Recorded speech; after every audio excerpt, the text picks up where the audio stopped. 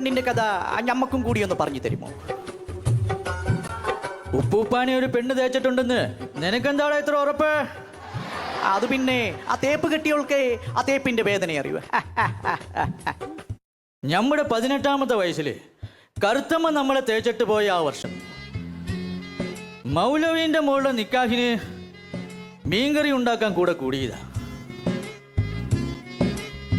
മീൻകറിയുടെ മണവും പുകയും കണ്ണിലേക്ക് അടിച്ചപ്പോൾ കണ്ണൊന്നു പാളി. ജനാലവാതക്കൽ മീൻകറിക്ക് കൊതിയൂറി നിൽക്കുന്ന ഒരു ഹൂറിനെ നമ്മൾ കണ്ടു. അവൾ എന്നോട് ഇച്ചിരി മീൻകറി ചോദിച്ചു.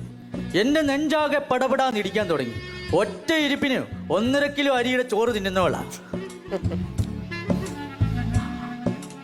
ആരായിരുന്നു ആ ഹൂറി? മൗലവിന്റെ മോള്. ഓളുടെ നിക്കാഹിനല്ലേടാ ഞാൻ മീൻകറി ഉണ്ടാക്കാൻ പോയത്.